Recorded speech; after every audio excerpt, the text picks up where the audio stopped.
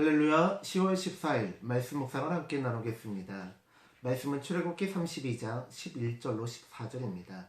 제가 말씀을 봉독하겠습니다. 모세가 그의 하나님 여호와께 구하여 이르되 여호와여 어찌하여 그 큰 권능과 강한 손으로 애굽 땅에서 인도하여 내신 주의 백성에게 진노하시나이까.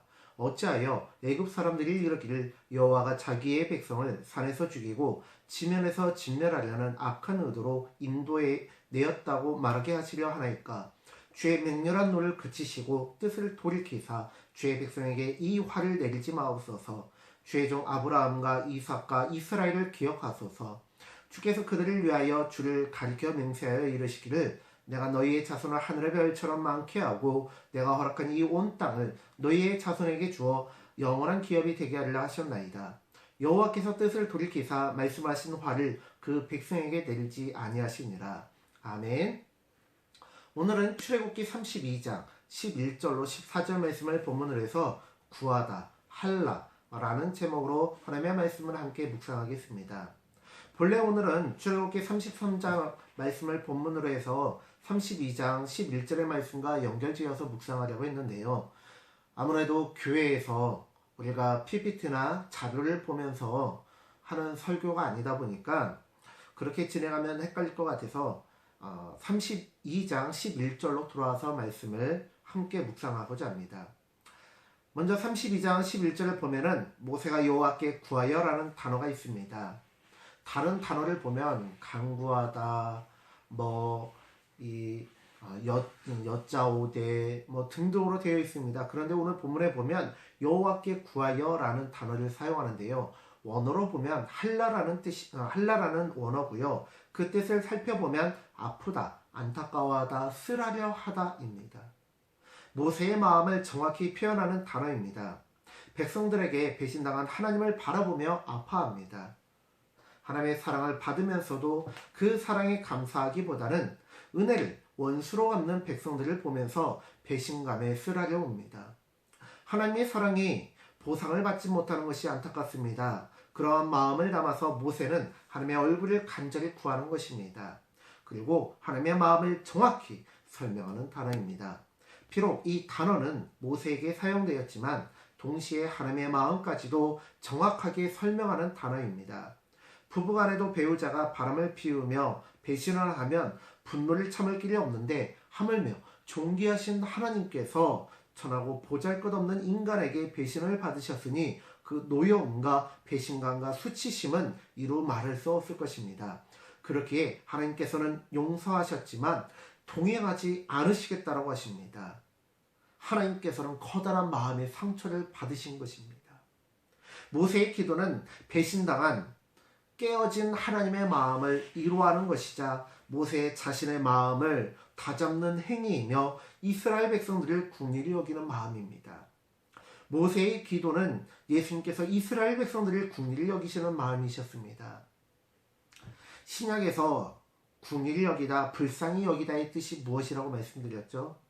네, 속에서 불이 타오르듯이 안타까워하다, 속상해하다입니다. 내 자식이 누군가 다른 사람에게 맞고 무시당하면요, 내 속에서 천불이 일어나잖아요. 그런 거예요, 여러분. 내 자식이 죄의 노예가 됐어요. 천불이 일어나잖아요. 목자 없는 양같이 유리걸식하며 방황하고 있어요. 천불이 터집니다.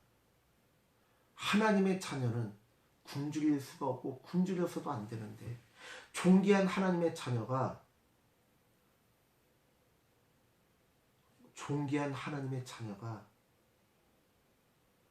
발붙일 곳 하나 없고 누울 곳 하나 찾지 못하고 쫄쫄 굶고 다닌다고 생각하세요.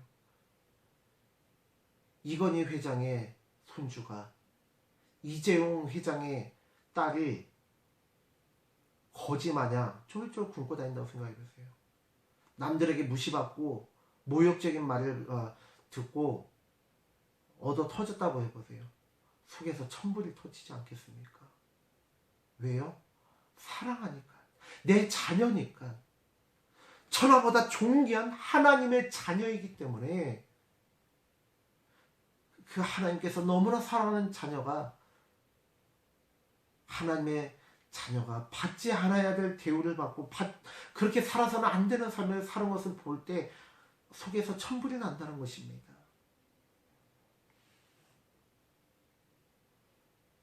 예수님께서 우리를 그렇게 불쌍히 여기셨고요. 안타까워하셨고요. 슬퍼하셨고요. 우리의 상황에 대해서 분노하셨습니다. 백성들의 배신으로 말미암아서 모든 상황이 엉망이 되었을 때요. 모세 한 사람의 기도로 말미암아 이 모든 상황이 정리됩니다. 그리고 신약에서는 예수님께서 오셔서 하나님과 인간 사이에 십자가로 다리를 만드셨고요. 인간을 너무나 사랑하시고 너무나 사랑하신 그 하나님께서 마음껏 내려오셔서 우리 속에 이제는 성막이나 성전이 아닌 우리 한 사람 한 사람 심령 가운데 들어오실 수 있게 되었습니다. 하나님과 우리가 화해하게 되었고 에덴 동산에서 아담과 하와가 하나님과 함께 거닐었던 그 기적의 현장, 사랑의 현장이 회복된 것입니다. 그 일 누구로 인해서 가능해졌다라고요? 바로 예수님 한 분 때문에. 그리고 예수님의 그림자, 모형이 되어졌던 것이 바로 오늘 본문의 모세의 기도입니다. 그리고 이제는 모세의 기도, 그리고 예수 그리스도의 그 십자가, 그리고 이제는 누가 그 일을 감당해야 돼요? 저와 우리 모든 성도님들이 모세의 기도를 해야 됩니다. 예수 그리스도처럼 나 한 사람의 십자가를 짊어지고 살아가면 되는 것입니다. 이 땅에는요 여러분, 세상이 종말처럼 느껴진다는 사람도 있어요. 지옥과 같다는 사람들이 많이 있습니다. 왜 그래요? 내가 소금이 되지 못했기 때문에 그렇습니다. 바닷물 속에 소금은 몇 퍼센트만 있으면 된다고요? 3%. 3%만 있으면 3%의 소금만 있으면 바다가 썩지 않는데요. 그런데 여러분, 대한민국 사람들 몇 명이에요? 5천만 명이에요. 점점 기독교인들 줄어든다고 하잖아요. 대한민국 5천만 명 중에 3%만, 500만 명, 1000만 명 필요 없고요. 150만 명만, 아니 50만 명만 소금과 같은 역할을 감당하는 사람이 있다면 이 사회는 썩지 않습니다. 썩을 수가 없습니다. 악을 골짜기가, 죽음의 골짜기가 다시 살아날 것입니다. 그러기 위해서는 어떻게 해야 돼요? 내가 소금이 되어야 됩니다. 내가 십자가를 짊어져야 됩니다.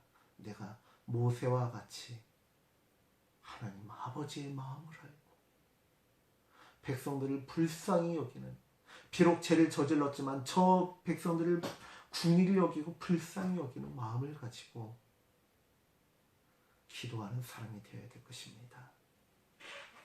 사랑하는 성도님들, 이 세상을 위하여 모세가 하나님께 할라, 즉 구하는 기도를 통하여 이 세상을 구하고 나를 구하고 하나님의 찢어진 마음을 구하는 기도를 올려드렸던 것처럼 할라, 하나님께 구하는 우리 모두가 되시기를 간절히 축원합니다. 기도하겠습니다. 하나님, 우리가 오늘 주님의 말씀을 살펴봅니다. 이 말씀을 통하여 우리가 은혜를 받게 하시고 도전을 받게 하시고 이 말씀처럼 우리가 하나님의 말씀을 하나님의 마음을 구하고 이 세상을 구하는 우리 모두가 되게 하여 주시옵소서. 감사드리며 예수님의 이름으로 기도드립니다. 아멘. 사랑하는 성도님들, 오늘 하루도 주님의 말씀대로 살아가시며 이 세상을 위해서, 하나님을 위해서, 나 자신을 위해서 할라, 구하는 기도를 드리는 우리 모든 성도님들 되어주시기를 간절히 축원합니다. 샬롬.